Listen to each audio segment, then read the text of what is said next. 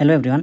तो अगर आप एक नीट एस्पायरेंट हो, ठीक है, आप अगर नीट के लिए प्रिपेयर करने वाले हो, मतलब कर रहे हो, तो ये वीडियो आपके लिए बहुत ज़्यादा इंपॉर्टेंट होने वाला है, ठीक है। क्योंकि इसमें मैं एक मतलब केमिस्ट्री में एक अच्छा स्कोर करने का एक बहुत मतलब मेन जो जेन्युइन स्ट्रेटेजी है उसको मैं बताने वाला हूँ, ठीक है। तो केमिस्ट्री का मैंने पहले भी, अगर आपने मेरे वीडियो देखा है तो मैंने पूरा प्रूव कर दिया कि एकदम 100% जो केमिस्ट्री के क्वेश्चन थे वो एनसीईआरटी से डायरेक्टली और इनडायरेक्टली रिलेटेड थे। मैंने ये प्रूव कर दिया। अगर आपने नहीं देखा तो जाके देख लीजिए, यहाँ पे आई बटन पे मैंने दे दिया है, ठीक है।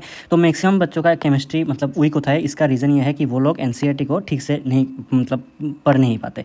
अगर 100% आपका नीट एस्पायरेंट है तो 60% आप एनसीईआरटी को इग्नोर ही कर देते हैं, और बाकी 40% पढ़ते हैं एनसीईआरटी को, लेकिन उनमें से 39% ही ठीक मतलब सही तरीके से नहीं पढ़ते।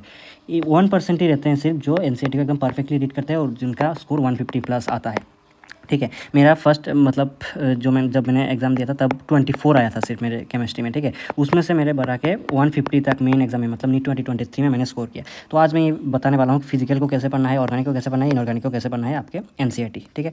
तो उसके पहले एक बात बता दूँ, अगर आपको मतलब आपको मतलब प्रिपरेशन में कुछ ज़्यादा प्रॉब्लम आ रही है, ठीक है, जैसे मान लो आपका बैकलॉग हो गया, या फिर कोई भी आप सजेशन लेना चाहते हैं एम्स दिल्ली के एम्स के स्टूडेंट से, ठीक है, तो मैंने डिस्क्रिप्शन में एक लिंक दे दिया, उसमें जाके अगर आप रजिस्टर करो तो आप फ्री में एक कॉल आपको फ्री में मिलेगा। उस पर आप अपने सारे प्रॉब्लम जो है वो सॉल्व कर पाओगे, उनके साथ बात करिए, ठीक है। वो सारे रिसेंट नीट के टॉपर्स हैं, उनमें से उनके साथ आप बात कर पाओगे, अपने सारे प्रॉब्लम को शेयर कर पाओगे, ठीक है। तो और तो डिस्क्रिप्शन में जाके वो जो लिंक है उसमें जाके बस आपको सिंपल सा रजिस्ट्रेशन करना है, और अगर आपको कोई प्रॉब्लम होता है तो टेलीग्राम पे भी मुझे डीएम कर सकते हैं, ठीक है। अच्छा, चलिए आगे बढ़ते हैं। देखिए, आज हम इस वीडियो में बात करेंगे कि कैसे ये 1% बना जा मतलब आप हो सकते हो, ठीक है। तो 1% बनने के लिए आपको मतलब इनऑर्गेनिक के लिए बेसिकली, तो इनऑर्गेनिक के लिए मैंने जो नोटिस किया है, हर एक लाइन इंपॉर्टेंट होता है, क्योंकि कब कहाँ से क्वेश्चन आ जाते हैं पता ही नहीं चलता। तो इसके लिए आप एक काम करो, मतलब जैसे बायोलॉजी का आप जैसे पढ़ते हो लाइन बाय लाइन हाईलाइट करके या फिर नोट कर करके, ऐसे आप इनऑर्गेनिक को पढ़ो एज इट इज़, ठीक है। इनऑर्गेनिक के लिए कोई दूसरा स्ट्रेटजी नहीं है। इनऑर्गेनिक को आपको एनसीईआरटी लाइन बाय लाइन एकदम शुरू से एंड तक पढ़ना पड़ेगा, क्योंकि देखिए इनऑर्गेनिक केमिस्ट्री ऐसा एक चीज़ है, मतलब आपके फैक्ट्स से भरा हुआ है, ठीक है, रट्टा मारने का चीज़ है मैक्सिमम। तो उसको उसके लिए मतलब एकदम शुरू से एंड तक आपका मतलब हर एक लाइन मतलब कम से कम इंपॉर्टेंट हो जाता है, ठीक है। तो उसको आप बायोलॉजी की तरह ट्रीट करो। नेक्स्ट, फिजिकल केमिस्ट्री में आपका फर्स्ट प्रायोरिटी जो रहेगा मैं आपको बताता हूँ। फर्स्ट प्रायोरिटी आपका बायोलॉजी में मतलब फिजिकल केमिस्ट्री में रहेगा आपका जो एग्जाम मतलब इन टेक्स्ट के न्यूमेरिकल्स हैं उसको मैक्सिमम लोग इग्नोर कर देते हैं, और साथ में एक्सरसाइज को भी, ठीक है। इस दोनों को आपको पहले सॉल्व करना है, ठीक है। इनको करने से पहले आपको क्या करना पड़ेगा, मतलब चैप्टर में एक दो जो फॉर्मूला है उसको ठीक से कर लेना है, ठीक है। फिजिकल केमिस्ट्री का फॉर्मूला एक शीट आप एक पेज में हो जाएगा, जितने सारे फिजिकल केमिस्ट्री के फॉर्मूला शीट है उस सारे को एक जगह में लिख लीजिए। उसके बाद फर्स्ट प्रायोरिटी आपका फिजिकल केमिस्ट्री में रहेगा आपका न्यूमेरिकल्स इन टेक्स्ट क्वेश्चन के और एक्सरसाइज के।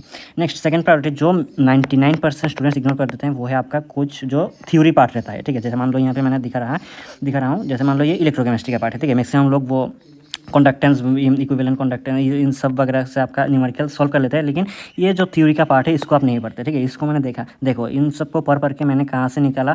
देखिए मतलब ड्राई सेल में कौन सा इलेक्ट्रोलाइट यूज़ होता है, ठीक है, मरकरी सेल में कौन सा यूज़ होता है, और ये मैंने लाइन से भी नहीं, देखिए ये जो फिगर है उसके नीचे ऐसे छोटा सा लिखा हुआ है, इसको आपको थ्योरी में कहीं नहीं मिलेगा। ऐसे आपको एनसीईआरटी का रीडिंग देना है, ठीक है। मान लो आपका क्वेश्चन आ गया कि कमर्शियल ड्राई सेल का जो है वो आपका मतलब इलेक्ट्रोलाइट कौन सा यूज़ होता है, फिर आपका जो आंसर है वो आता है MnO2 कार्बन ब्लैक और एमोनियम क्लोराइड पेस्ट, ठीक है। ऐसे आपको एनसीईआरटी मतलब एनसीईआरटी की केमिस्ट्री को रीडिंग देना पड़ेगा जो थ्योरी का पार्ट है, ठीक है। 99% लोग जो है वो फिजिकल केमिस्ट्री के थ्योरी पार्ट को इग्नोर कर देते हैं।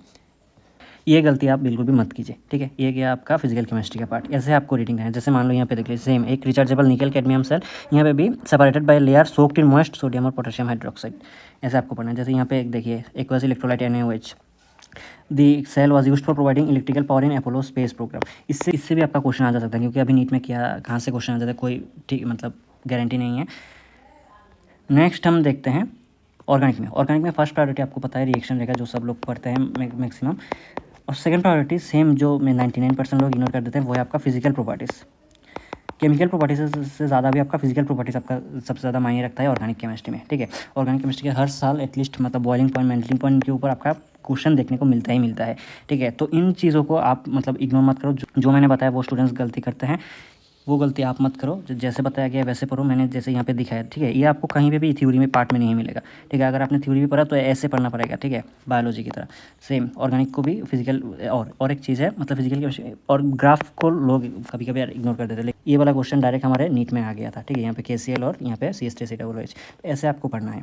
ठीक है। और यहाँ पे जो है फिजिकल केमिस्ट्री का important and application of coordination compound, इसको मतलब इसको भी लोग इग्नोर कर देते हैं, लेकिन यहाँ से आपका स्टेटमेंट बेस्ड क्वेश्चन आ जाता है, जिसे आपने देखा ही होगा।